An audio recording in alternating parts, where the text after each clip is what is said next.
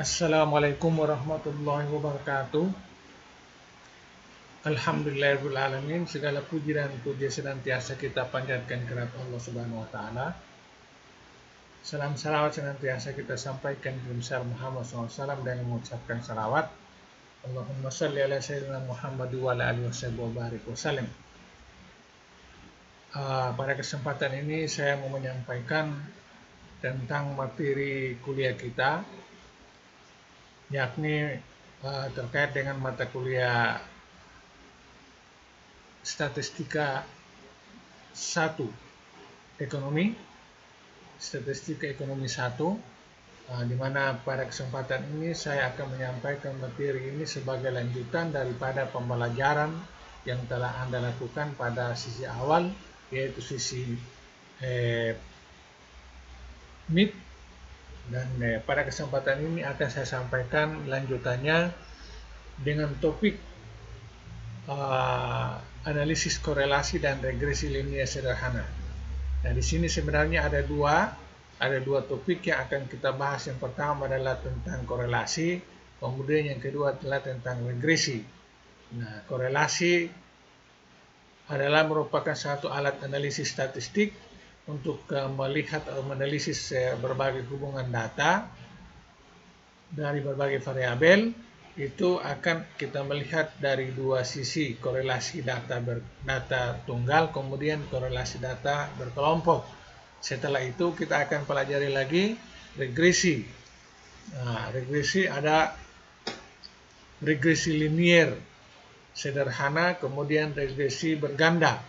Ya, di mana regresi sendiri akan kita lihat sebagai satu alat analisis statistik dalam rangka mengukur.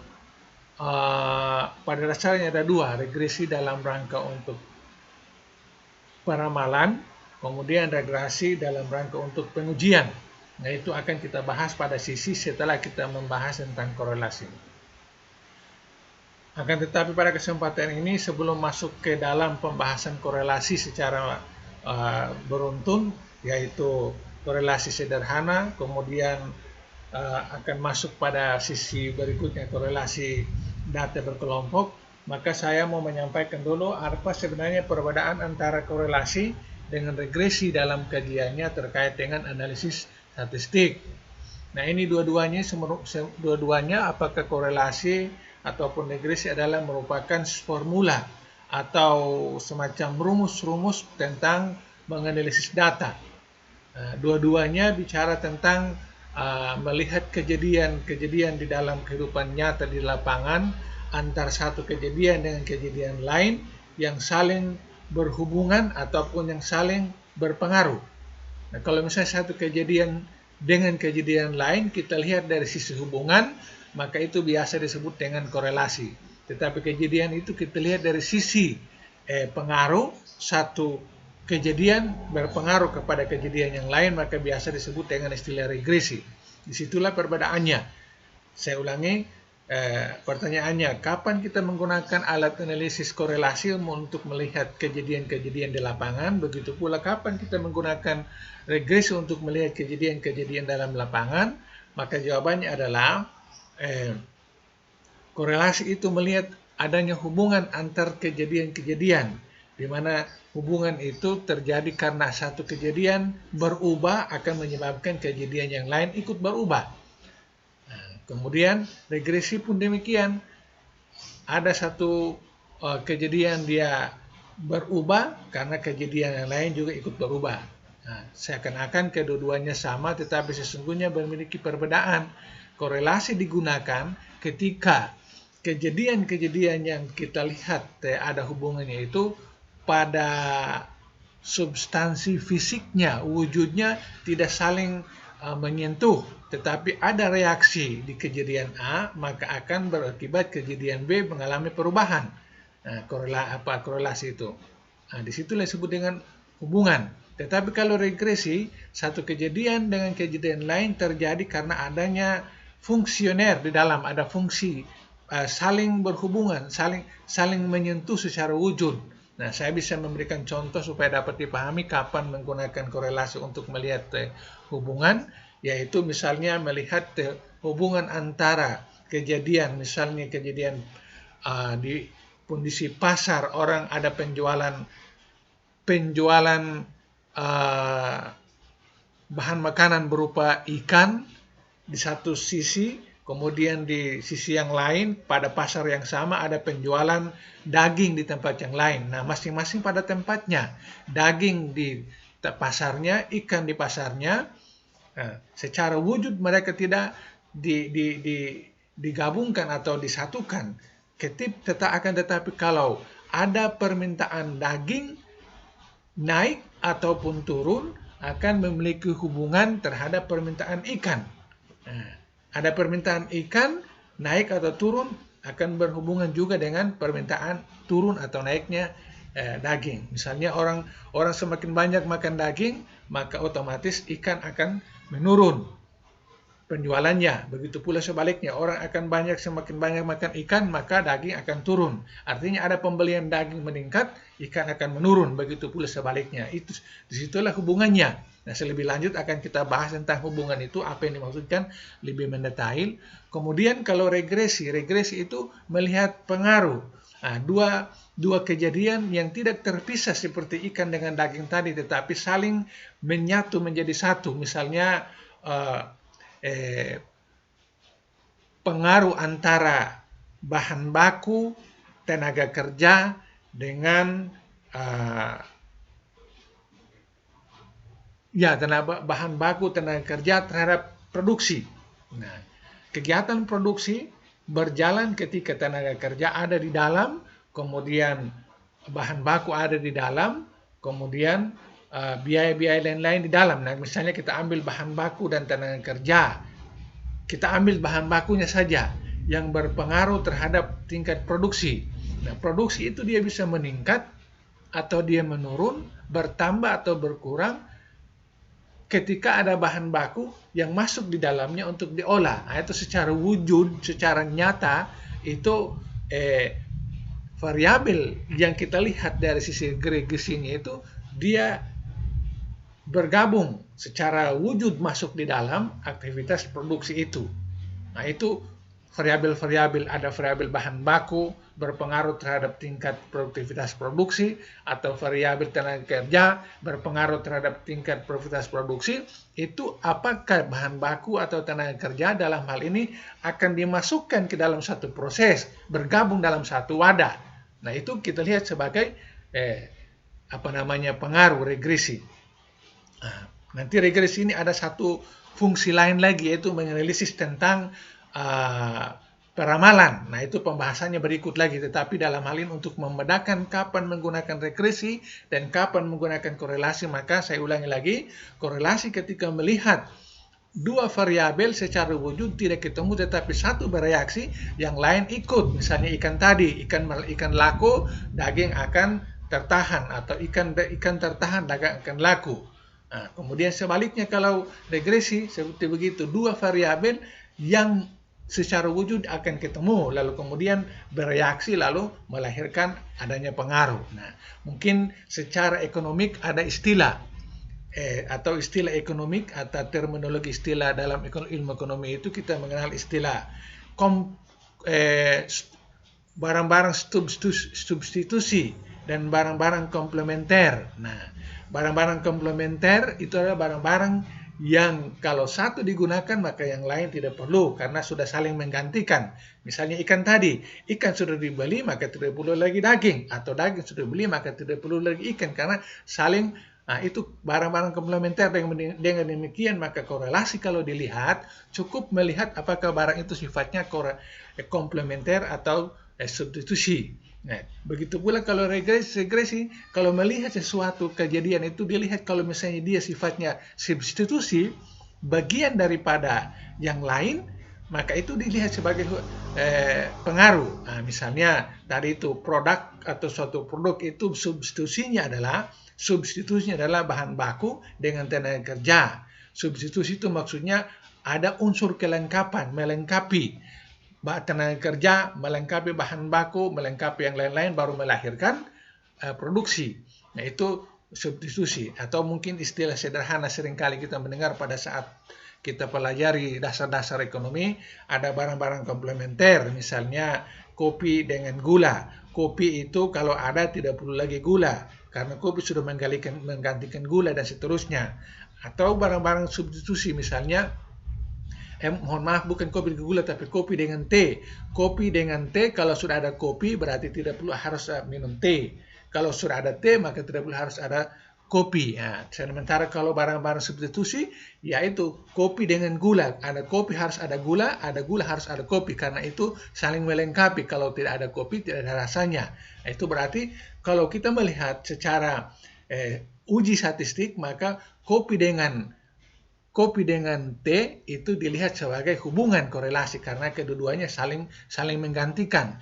Atau beli satu tidak perlu, beli satu akan mempengaruhi yang lain. Atau misalnya dilihat sebagai regresi, maka dilihat dari sisi substitusinya. Ada kopi maka harus ada gula, kopi, ada juga air. Kalau tidak akan terjadi apa-apa, tidak menghasilkan satu gelas kopi. Nah, itu artinya kita melihat sesuatu kejadian itu ada hubungan ketika dia sifatnya komplementer. Substitusi. Ada hubungan atau tidak, kita lihat kalau sifatnya komplementer. Kemudian kita melihat ada pengaruhnya atau tidak. Itu kita lihat dari sisi saling menggantikan, saling melengkapi, substitusionernya tadi itu. Itu perbedaan untuk kita menggunakan istilah rekorelasi atau regresi dalam analisis statistika. Itu sekedar untuk penyampaian terkait dengan membedakan kapan menggunakan korelasi, kemudian kapan menggunakan regresi. Oke. Nah, selanjutnya kita akan bahas lebih mendalam terkait dengan korelasi sampai mungkin 2-3 kali video, lalu kemudian kita akan sambung dengan regresi. Apakah regresi untuk pengujian ataupun regresi dalam rangka paramalan. Regresi paramalan, kemudian regresi pengujian. Pengujiannya itu secara linear sederhana ataupun pengujian secara berkelompok atau secara simultan. Itu akan kelihatan bagian belakangan. Oke. Tadi itu hanya sekedar pembahasan terkait dengan untuk membedakan antara kapan menggunakan hubungan atau korelasi dan kapan menggunakan regresi, yaitu kata kuncinya tadi menggunakan regresi ketika melihat kejadian itu sifatnya adalah substitusi. Tetapi kalau menggunakan korelasi maka kejadian itu sifatnya adalah komplementer. Artinya tidak secara wujud ketemu tetapi saling menggantikan. Nah itu. Sekarang kita bahas pentingnya analisis hubungan dalam kehidupan sehari-hari.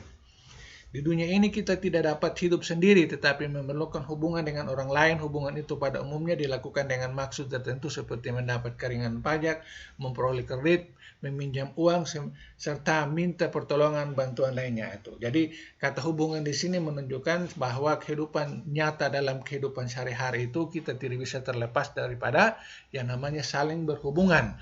Nah, hubungan di sini menjantakan bahwa masing-masing individu pada tempat posisinya masing-masing, lalu hanya dalam hal-hal perubahan data saja yang saling mempengaruhi, saling berhubungan. Ya, atau misalnya hubungan dilakukan dengan maksud seperti mendapatkan keringanan pajak. Nah, kita subjek, kemudian ada orang lain subjek sebagai orang pajak, kita menginginkan keringanan pajak, kita bagaimana caranya. Kemudian memperoleh kredit. Nah, itu ada nasabah, ada pihak perbankan, tidak ketemu, kemudian meminjam uang dan seterusnya. Itu menunjukkan bahwa dalam kehidupan nyata real sehari-hari itu ada hubungan antar satu pihak dengan pihak lain. Nah, hubungan-hubungan itu secara statistik bisa dapat kita uji, kita dapat hitung sejauh mana hubungan itu terjadi. Nah, hubungan atau dalam istilah statistik yang disebut dengan kata korelasi. Saya ulangi, penggunaan kata hubungan atau korelasi dalam analisis ketika variabelnya itu sifatnya adalah komplementer. Kemudian yang dilihat adalah hubungan itu yang terjadi antar satu kejadian dengan kejadian yang lain dalam kehidupan secara nyata, secara real, secara empiris di lapangan.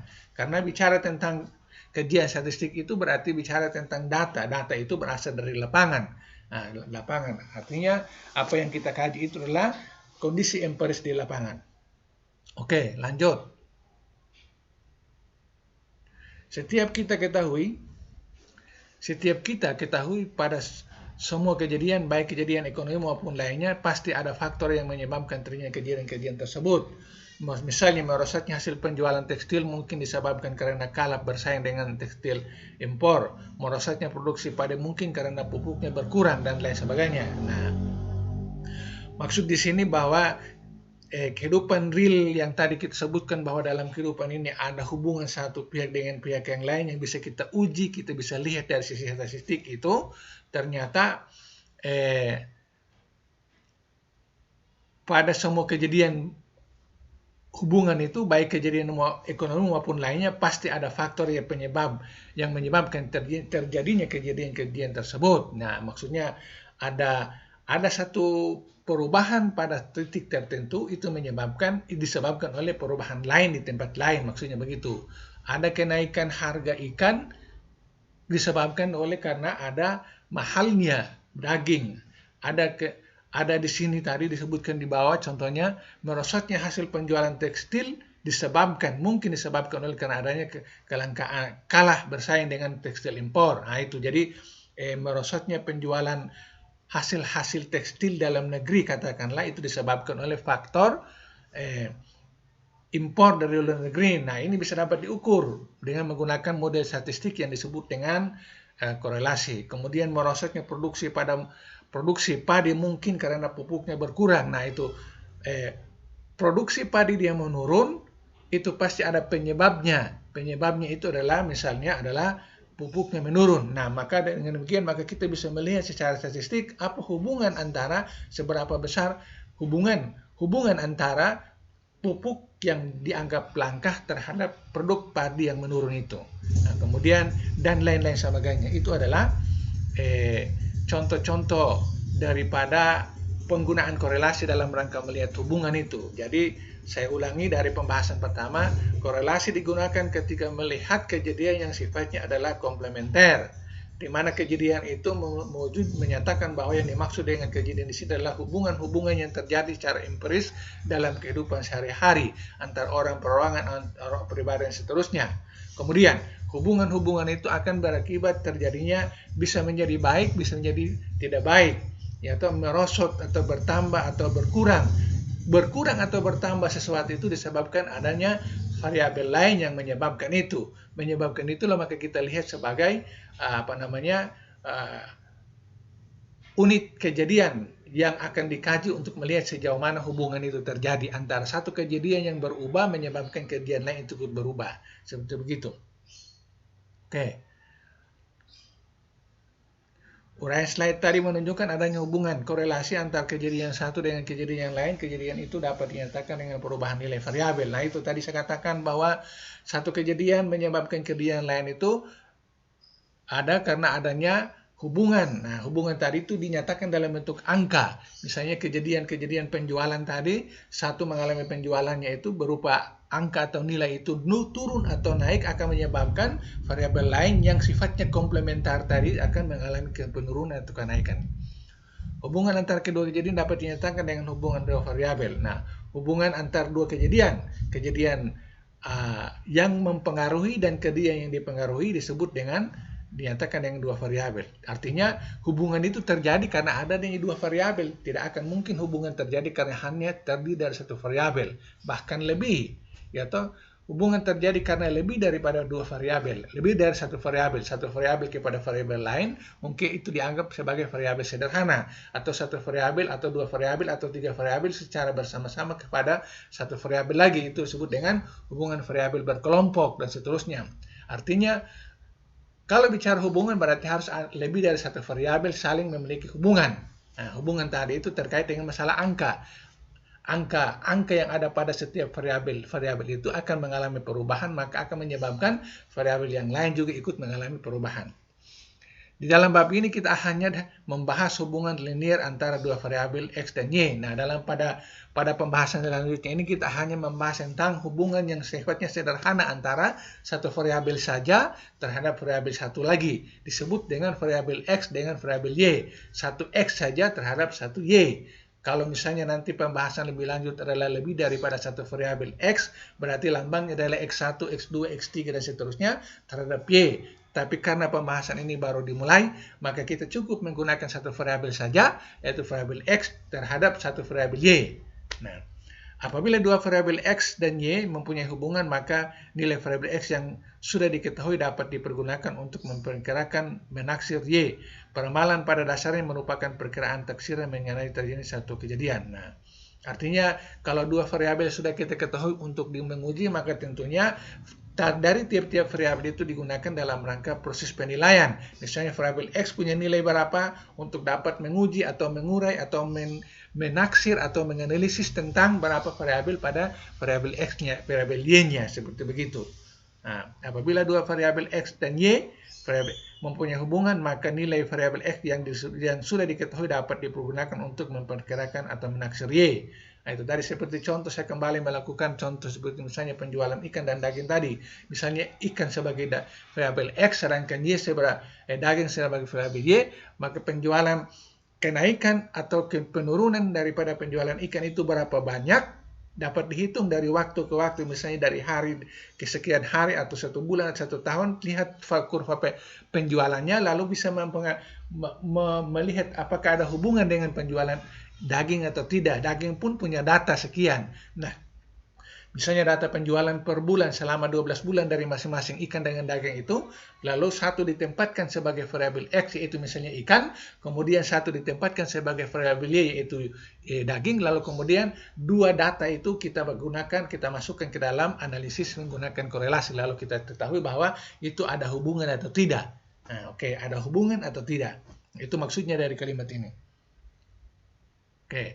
Variabel Y yang nilainya akan diramalkan disebut dengan variabel tidak bebas, sedangkan variabel X yang nilainya digunakan untuk meramalkan nilai Y disebut dengan variabel bebas atau variabel peramal, dan seringkali disebut variabel yang menerangkan. Jadi jelas analisis korelasi ini memungkinkan kita untuk mengetahui sesuatu di luar hasil penyelidikan. Nah, itu maksudnya begitu.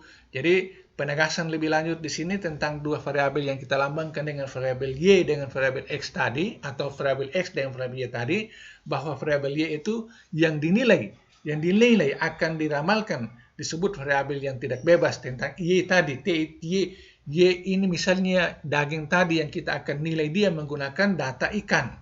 Nah, maka Y ini yang melambangkan ikan itu Y dianggap sebagai variabel tidak bebas, dia tidak bebas. Sedangkan variabel X yang nilainya dipergunakan untuk meramalkan nilai Y disebut dengan variabel bebas. Nah, itu jadi ikan tadi dilambangkan dengan variabel X itu sebagai variabel yang memiliki nilai bebas turun dan naik, yang kemudian akan digunakan dalam rangka melihat apakah ada hubungan atau tidak terhadap variabel Y berupa daging tadi yang disebut sebagai variabel yang tidak bebas itu. Oke. Jadi jelas analisis korelasi ini memungkinkan kita untuk mengetahui sesuatu di luar hasil penyelidikan. Oke. Salah satu cara untuk melakukan peramalan adalah dengan menggunakan garis regresi. Nah, saya kira ini regresi ini hanya untuk tambahan saja karena pada awal judul tadi ada bagian disebut dengan regresi. Maksud kalimat yang ini adalah nanti kita pelajari pada saat-saat yang lain karena belum kita selesaikan yang namanya korelasi. Oke, masuk. Nah, koefisien korelasi dan kegunaannya. Nah, tadi itu hanya pengantar saja. Koefisien korelasi dan kegunaannya. Hubungan dua variabel ada positif dan negatif. Hubungan X dan Y dikatakan positif apabila kenaikan penurunan X pada umumnya diikuti oleh kenaikan atau penurunan Y. Nah, ini. Saya mau menjelaskan. Kalau kita menggunakan analisis korelasi dalam rangka melihat hubungan, maka tentunya yang pertama harus dilihat adalah dua variabel itu ada hubungan atau tidak. Tentunya bagaimana syaratnya? Syarat-syarat tentang hitungan-hitungan atau istilah statistiknya adalah koefisien korelasi. Hasil hitungan berdasarkan standar itu nanti sebentar kita lihat hasil hitungannya yang menyatakan bahwa ada hubungan atau tidak. Itu nanti kita lihat, tetapi yang pertama harus diperhatikan di sini adalah setiap kita mau menguji tentang suatu hubungan antar variabel, dalam hal ini kita umpamakan variabel X dengan Y dulu, itu yang kita lihat itu adalah apakah ada hubungan atau tidak. Nah, kalau hasil hitungan kita ternyata menyatakan bahwa tidak ada hubungan antara variabel X dengan Y, maka hendaknya kita berhenti misalnya melanjutkan proses analisis. Tidak perlu melanjutkan proses analisis. Nah, bagaimana standarnya? Itu bagian terakhir nanti, bagian berikutnya. Nah, tetapi kalau hasil analisis daripada dua variabel X dengan Y, dinyatakan bahwa ada hubungan, dari hasil analisisnya, koefisien korelasinya itu menyatakan bahwa di situ ada hubungan, maka pertanyaan selanjutnya adalah hubungannya itu positif atau negatif. Nah, positif atau negatif. Nah, kemudian dapat dilihat kalau hubungannya positif, maka dia memenuhi standar-standar bagaimana. Atau hubungannya negatif, maka dia memenuhi standar-standar bagaimana. Oke, itu dasar pemikiran utama dulu. Dasar pemikiran utama dalam hal kita menganalisis korelasi ini. Saya ulangi supaya dapat dimengerti. Setiap kita menggunakan alat analisis korelasi dalam rangka melihat hubungan antar kejadian-kejadian secara komplementer tadi, yang saling melengkapi tadi, maka yang paling utama dilihat itu adalah melihat bahwa hubungan itu, kejadian itu ada hubungan atau tidak. Nah, itu perhatikan itu. Kalau tidak ada hubungan, maka seyogyanya berhenti melakukan analisis lebih lanjut. Ya toh? Tetapi kalau ternyata ada hubungan, maka pertanyaan selanjutnya adalah hubungannya itu positif atau negatif. Hubungannya itu positif atau negatif. Nah, untuk melihat ada hubungan atau tidak, ada syarat-syaratnya, ada standar hitungannya. Kemudian hubungannya itu dia positif atau negatif, itu juga ada standar hitungannya. Oke. Kemudian kalau hubungannya itu dia positif, apakah positifnya itu sangat kuat sekali hubungan positifnya, atau hubungan positifnya lemah? Begitu pula kalau dia memiliki hubungan dan hubungannya itu negatif, apakah hubungan negatifnya kuat sekali, ataukah hubungan negatifnya lemah? Nah, itu jadi 4 itu ada tahapan-tahapan itu. Melihat kejadian itu ada hubungan atau tidak. Kemudian kalau ada hubungan itu positif atau negatif. Kemudian kalau dia positif, apakah positifnya itu positif tinggi sekali atau positifnya rendah? Dan kalau dia negatif, apakah negatifnya itu tinggi sekali atau negatifnya itu rendah? Sebaliknya dikatakan negatif kalau kenaikan atau penurunannya pada umumnya diikuti oleh penurunan kenaikan Y. Nah, ini hubungan X dan Y dikatakan positif apabila hubungan X dan Y dikatakan positif apabila kenaikan dan penurunan pada umumnya diikuti oleh kenaikan penurunan Y. Nah, itu. Jadi, tambahan lagi, kalau dia tadi itu dia negatif atau positif, taruhlah positif, itu menunjukkan bahwa hubungan tadi itu, X-nya itu, nilai X-nya naik, akan menyebabkan nilai Y-nya ikut naik. Atau nilai X-nya turun, maka menyebabkan nilai Y-nya ikut turun secara bersamaan. Saya ulangi, hubungan yang kita lihat itu ternyata adalah hubungan positif, maka menunjukkan bahwa, atau uraiannya adalah, bahwa X itu bereaksi bertambah angkanya positif, menyebabkan Y-nya ikut bertambah angkanya positif. Atau sebaliknya, X-nya itu berkurang angka datanya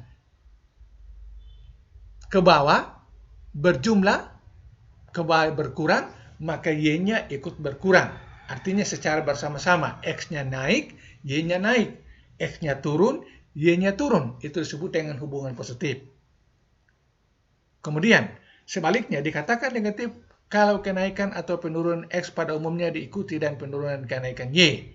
Nah, itu. Jadi di sini coba perhatikan kata-kata yang dalam kurung. Ya toh? Di sini penurunan. Kenaikan tidak di luar kurung, artinya naik atau turun sama-sama. Kemudian yang ini adalah hubungannya dinyatakan negatif, yaitu ketika nilai X-nya naik, maka nilai Y-nya turun, atau sebaliknya, nilai X-nya turun, maka nilai Y-nya naik. Nah, perhatikan di dalam kurung. Jadi kalau dia negatif berarti kenaikan di luar kurung untuk X-nya, sedangkan penurunan di luar kurung untuk Y-nya. Sementara penurunan di dalam kurung untuk X-nya, sedangkan kenaikan dalam kurung untuk Y-nya. Nah, itu kebalikan. Ya, kebalikannya toh. Nah, harus diperhatikan baik-baik karena di sini seakan-akan mirip-mirip. Secara sederhana saya katakan, kalau positif hubungan berarti jumlah X-nya itu naik, maka jumlah Y-nya juga naik. Atau jumlah Y-nya itu turun, maka jumlah X-nya itu turun, maka jumlah Y-nya juga turun. Sama-sama turun, naik X itu. Sama-sama turun, naik. X-nya Y-nya itu naik atau turun mengikuti X-nya naik, Y-nya turun. Begitu pula kalau misalnya hubungannya itu dinyatakan negatif, maka kebalikannya, nilai X-nya itu naik, maka menyebabkan nilai Y-nya turun. Begitu pula kalau nilai X-nya itu turun, akan menyebabkan nilai Y-nya akan naik. Itu disebut dengan negatif, hubungan negatif. Nah, itu saya bikin contoh sederhana terkait dengan ikan dan daging tadi. Misalnya hubungannya adalah hubungan positif, maka penjualan ikan semakin bertambah di pasar ikan, daging pun akan laku bertambah di pasar daging. Atau penjualan ikan dia menurun di pasar ikan, menyebabkan penjualan daging dia akan menurun juga di pasar daging. Itu hubungan positif. Sekarang hubungan negatifnya. Hubungan negatifnya antara daging sebagai variabel X dan antara ikan sebagai variabel Y, sedangkan variabel X sedangkan daging sebagai variabel Y. Itu hubungan negatifnya adalah kalau ikan bertambah penjualannya naik, akan menyebabkan daging penjualannya menurun. Atau ikan penjualannya menurun akan menyebabkan penjualan daging akan naik. Nah, itu maksudnya begitu. Dalam implementasinya terkait dengan pemahaman hubungan ini. Oke. Nah, ini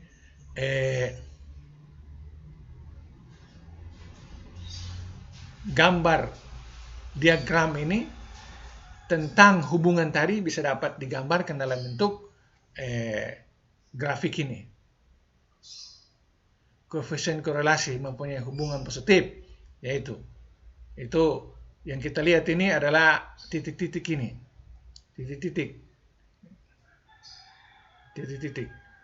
Kalau X-nya naik, Y-nya juga ikut naik. Kemudian kalau hubungan negatifnya dinyatakan dalam kurva, X-nya naik, Y-nya turun. Nah, Y-nya turun. X-nya naik, Y-nya turun. Nah, itu hubungan negatif. Jadi, kalau variabel X dan Y ada hubungan, maka bentuk diagram pancarnya adalah mulus teratur. Nah, tadi tuh.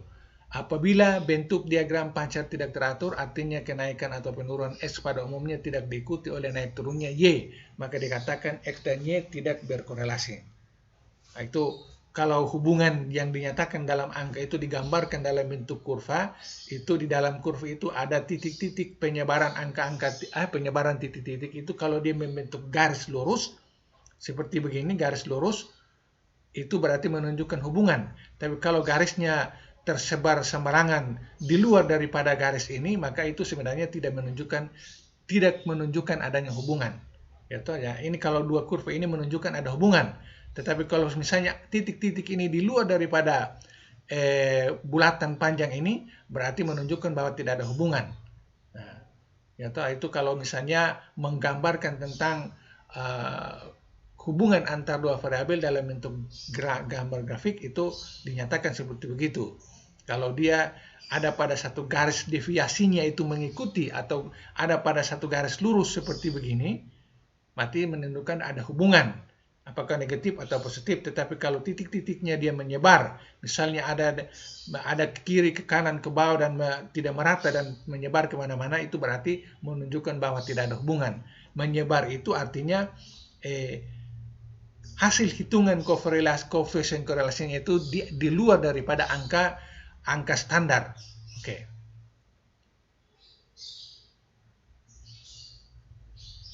Nah, ini contohnya nih, tidak memiliki hubungan sama sekali, hubungannya lemah. Ini penyebarannya bisa kemana-mana. Oke. Nah, Sekarang, tadi saya mengatakan bahwa untuk mengetahui bahwa hubungan antar dua kejadian itu atau melihat satu kejadian dengan kejadian itu ada hubungan atau tidak, kemudian hubungannya itu positif atau negatif. Nah, di sini saya akan menjelaskan tentang gambar ini. Ini memberikan penjelasan terkait dengan syarat-syarat menentukan suatu hubungan itu ada atau tidak, kemudian hubungannya itu positif atau negatif, kemudian negatifnya itu lemah atau kuat, ataupun positifnya itu lemah atau kuat. Ini bisa dapat kita lihat dengan menggunakan gambar di bawah ini. Saya baca, kuat dan tidaknya hubungan antara X dan Y apabila dapat dinyatakan dengan fungsi linier paling tidak mendekati, diukur dengan suatu nilai yang disebut koefisien korelasi. Nilai koefisien korelasi itu paling sedikit adalah min 1 dan paling besar adalah plus 1. Nah, itu. Saya baca ulang. Kuat dan tidaknya hubungan antar X dan Y, maksudnya tadi kuat atau tidaknya hubungan positif atau negatif tadi, apabila dinyatakan dengan fungsi linier. Fungsi linier itu maksudnya antar satu kejadian dengan kejadian itu memiliki hubungan secara tadi yang kita sebut ada hubungan komplementernya, itu harus ada saling melengkapi. Kemudian paling tidak mendekati. Nah, paling tidak mendekati hubungan fungsi linier itu paling tidak mendekati. Mendekati itu angka-angka di bawah ini, min 1 atau plus 1. Diukur dengan suatu nilai yang disebut dengan koefisien korelasi. Nah, koefisien korelasi itu maksudnya hasil hitungan. Hasil hitungan dari mana data yang kita ambil terkait dengan, contohnya lagi, ikan dengan daging tadi, lalu kita masukkan ke dalam rumus, lalu hitung, keluar hasilnya. Hasilnya itu disebut dengan koefisien korelasi. Hasil hitungan itu disebut koefisien korelasi. Nah, lalu nilai koefisien korelasi yang hasil kita hitungkan itu harus standarnya adalah paling sedikit min 1 dan paling besar adalah plus 1. Saya ulangi. Hasil hitungan suatu nilai yang kita hitung berdasarkan data yang kita ambil terkait dengan ikan dengan daging tadi, data yang kita ambil dari waktu ke waktu penjualan ikan dengan daging itu, lalu kita masukkan ke dalam rumus korelasi, lalu diolah kemudian menghasilkan hitungan. Hasil hitungannya itu disebut dengan koefisien korelasi. Nah, lalu koefisien korelasi atau hasil hitungan kita itu kita bandingkan. Apakah dia ada di antara min 1 dan plus 1 atau tidak. Nah, min 1 ini adalah nilai tertinggi untuk hubungan atau nilai tertinggi yang dinyatakan untuk hubungan negatif. Sedangkan plus 1 adalah nilai tertinggi yang dinyatakan untuk hubungan positif. Nah, koefisien korelasi atau hasil hitungan yang kita dapatkan daripada daging dengan ikan tadi tinggal kita bandingkan. Ada di antara dua ini ataukah di luar daripada ini. Kalau di luar daripada min 1 dengan plus 1, maka menunjukkan bahwa daging dengan ikan itu tidak punya hubungan. Tetapi koefisien korelasi atau hasil hitungan itu ada di antara min 1 sampai kepada plus 1, maka itu pasti ada hubungan. Tinggal kita lihat, dia masuk kategori mana. Maka masuk kategori min 1 atau masuk kategori plus 1. Kalau dia kategorinya adalah koefisien korelasi atau hasil hitungan daripada ikan dengan daging itu masuk kategori plus 1, maka disebut dengan hubungan positif. Tapi kalau dia masuk kategori min 1, maka hubungannya adalah negatif. Nah, itu. Jadi, jika R koefisien korelasi, maka R dapat dinyatakan sebagai berikut. Jika R itu R kecil itu adalah merupakan koefisien korelasi, maka R dapat dinyatakan sebagai berikut. min 1 lebih kecil daripada R lebih kecil daripada plus 1. Nah, bisa dapat ditulis di bawah sini. Di sini min 1 di atas, di sini. Kemudian plus 1 di sini. Kemudian tentunya di antara min 1 dan plus 1 itu ada angka-angkanya. Di sini angka 0. 0 ini sampai ke sini berarti namanya 0,1 min, 0,2 min, 0,3 min, 0, sampai kepada 1 min.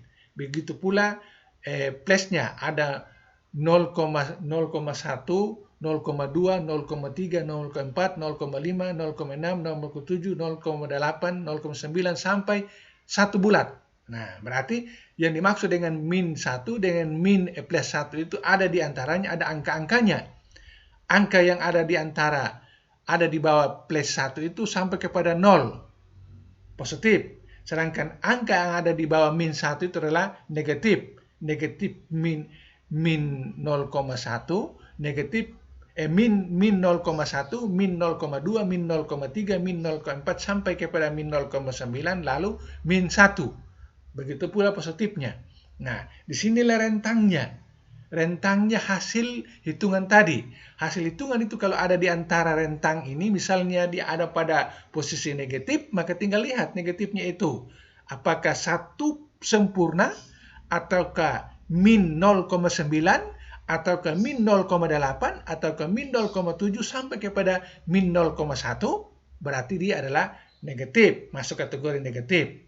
Atau misalnya hasil hitungannya itu adalah ada di antara 0,1 sampai kepada 0,9 dan 1 bulat, maka itu disebut dengan hubungan positif. Nah, sekarang kita tinggal lihat. Kalau misalnya hasil hitungan koefisien korelasi yang tadi saya katakan sebagai hasil hitungan data itu, ternyata misalnya dia negatif, dia mendekati 0. Mendekati 0 itu artinya hasil hitungan koefisien R, koefisien korelasi adalah min 0,2 atau min 0,1, maka hubungan negatifnya adalah lemah. Sampai di sini lemah. Tetapi kalau hubungan negatifnya itu dinyatakan koefisien korelasinya adalah sampai kepada 0,9 ataupun bahkan min 1, saya ulangi, dinyatakan dalam koefisien korelasi min 0,9 atau min 1, maka hubungan negatifnya itu sangat kuat. Jadi semakin ke kiri negatifnya semakin kuat, atau semakin ke kanan mendekati 0, maka hubungan negatifnya lemah. Nah, hasil hitungan itu pasti ada di antara ini. Ada di antara 0 sampai 1 min. Min 0 sampai min 1. Itu wilayah negatif. Begitu pula untuk positifnya. Hasil hitungan positifnya itu bisa ada di antara 0,1 sampai kepada 0,9 dan 1 bulat. Nah, kalau hasil hitungan yang keluar sebagai koefisien korelasi daripada data yang kita olah itu, hasilnya itu mendekati 0,9 atau 1, maka menyatakan bahwa hubungan positifnya itu sangat kuat. Tetapi hubungan positifnya semakin mendekati 0, maka positif tetapi dia lemah. Nah, ini gambarnya. Saya kira ini adalah penjelasan terkait dengan syarat-syarat terkait hubungan itu, apakah dia positif atau negatif, kemudian hubungan positif itu kuat atau lemah, dan negatif itu kuat atau lemah. Nah, itu. Jadi, tadi di awal-awal saya katakan bahwa misalnya dalam analisis kita, satu variabel berhubungan dengan variabel lain, hasil yang kita hitung itu keluar, itu ada di luar 1, misalnya naik jadi 1,1, atau ada di luar min 1, misalnya min 1, min 1,0 atau min 1,1, itu artinya sudah di luar daripada wilayah hubungan ini, maka itu tidak ada hubungan. Saya ulangi, kapan kita melihat satu variabel X terhadap variabel Y hubungannya, hasil hitungannya itu di luar, di atas 1 atau di bawah min 1, maka itu menunjukkan bahwa tidak ada hubungan. Tetapi sepanjang hasil hitungannya atau disebut dengan koefisien korelasi itu ada di antara min 1 sampai 1, maka itu pasti ada hubungan. Tinggal Anda lihat saja hasil hitungannya itu dia negatif atau positif. Kalau negatif berarti masuk kategori hubungan negatif. Kalau dia positif berarti masuk menunjukkan bahwa hubungan itu hubungan positif. Lalu tinggal lihat hubungan negatif atau hubungan positif itu kuat atau lemah, tinggal Anda bandingkan. Kalau misalnya dia negatif, semakin mendekati angka 1 sempurna negatif, maka berarti hubungannya positif kuat. Hubungan negatif kuat. Begitu pula kalau angka 1 hubungan positifnya hasil hitungannya mendekati 1, maka hubungan positifnya sangat kuat. Begitu pula kalau negatif, apakah positif, hubungannya itu semakin mendekati 0, apakah negatif ataupun positif, maka menunjukkan hubungan itu hubungan yang sangat lemah. Nah, begitu. Ini penjelasan. Jika R sama dengan plus 1, yang ini maksudnya hubungan X dan Y sempurna dan positif. Nah, jika R sama dengan min 1, yang ini hubungan X dan Y sempurna dan negatif. R mendekati min 1, semakin mendekati sini, yaitu hubungan negatif kuat dan positif. R mendekati min 1, hubungan negatif sangat kuat dan negatif. Nah, di sini maksudnya mendekati 1. Nah, ini. Nah, tapi bisa Anda memikirkan saja atau Anda bisa menganalisis saja kalau ini penjelasannya 1 ataupun min 1 atau mendekati 1 ataupun mendekati min 1, ini penjelasan di bawah. Tapi bagaimana kalau hubungannya itu mendekati 0? Maka tentunya yang Anda gunakan kata-kata lemah. Kata-kata lemah. Nah, itu hubungannya bukan lagi sempurna, tetapi hubungannya ada lemah. Oke. Itu adalah penjelasan. Oke. Nah, di sini X dikatakan mempengaruhi Y. Jika berubah, nilai X akan menyebabkan perubahan nilai Y. Akan tetapi naik turunnya Y adalah sedemikian rupa sehingga nilai Y bervariasi. Tidak semata-mata disebabkan oleh X karena masih ada faktor lain yang menyebabkan. Jadi untuk mengetahui berapa besar kontribusi dari X terhadap naik turunnya nilai Y, maka harus dihitung dengan koefisien penentuan. Nah, ini penjelasan ini mungkin belum untuk kita bahas, tapi hanya memberikan pemahaman bahwa sesungguhnya satu variabel Y itu mengalami turun atau naik negatif itu sesungguhnya bukan hanya satu variabel X saja yang memberikan hubungan, mempengaruhi, tetapi lebih daripada satu X. Ya, misalnya tadi itu daging yang harganya bisa turun atau naik, dilihat bisa ada hubungannya dengan ikan. Sesungguhnya bukan ikan itu saja, banyak hal yang menyebabkan daging itu bisa turun naik. Tapi dalam hal ini kita pelajari untuk menyederhanakan kata sederhana itu, maka cukup menggunakan satu variabel X saja. Tapi pada kenyataan kehidupan nyata di lapangan, setiap kejadian Y itu pasti disebabkan oleh berbagai macam X. Nah, X-nya itu bisa X1, X2, X3, dan seterusnya. Misalnya daging tadi itu bukan hanya faktor ikannya saja, tapi mungkin dari sisi jenis daging bisa mempengaruhi, kemudian dari sisi harga, kemudian dari sisi cara pengawetan, kemudian dari sisi penyembelihan dan seterusnya, banyak hal menyebabkan. Nah itu, tapi banyak hal itu tidak kita masukkan dalam analisis kita. Kita hanya menganalisis satu variabel saja karena judul kita adalah korelasi sederhana, berarti cukup satu X saja. Oke. Nah, oke. Koefisien korelasi penentuan ditulis KP, maka untuk menghitung kalau koefisien korelasi digunakan rumus berikut. Atau koefisien korelasi sama dengan R kecil pangkat 2. Cara menghitung R adalah sebagai berikut. Nah, ini adalah rumus. Nah, ini dua rumus ini. Rumus tentang menghitung koefisien korelasi tadi. Menghitung korelasi tadi. Ini rumus pertama 7.2, kemudian rumus kedua 7.3. Ini adalah rumus untuk menghitung apakah ada hubungan antara ikan dengan daging atau tidak. Itu data yang kita dapatkan, kita masukkan di sini untuk kita mencari tahu nilai R-nya. R ini seperti yang tadi disebutkan di sini, R adalah koefisien korelasi, di mana R itu yang dicari. Nah, yang kita cari, bagaimana carinya? Kita mencari dengan menggunakan rumus. Nah, rumusnya itu adalah, di sini ada dua rumus, yaitu jumlah X kali Y, saya ulangi, R sama dengan jumlah X kali Y bagi jumlah Y kali X kuadrat kali jumlah X kali Y bagi akar jumlah X kali Y kuadrat kali jumlah akar dari X kali Y kuadrat. Nah, ini nanti kita bahas dengan menggunakan contohnya. Begitu pula rumus kedua. Dua rumus ini akan tetap kita gunakan dalam pembahasan selanjutnya. Oke? Minggu depan pada video berikutnya baru kita mulai dari rumus ini, menggunakan rumus ini untuk melihat atau menganalisis data dalam contoh ini untuk mengetahui apakah ada hubungan atau tidak antar variabel.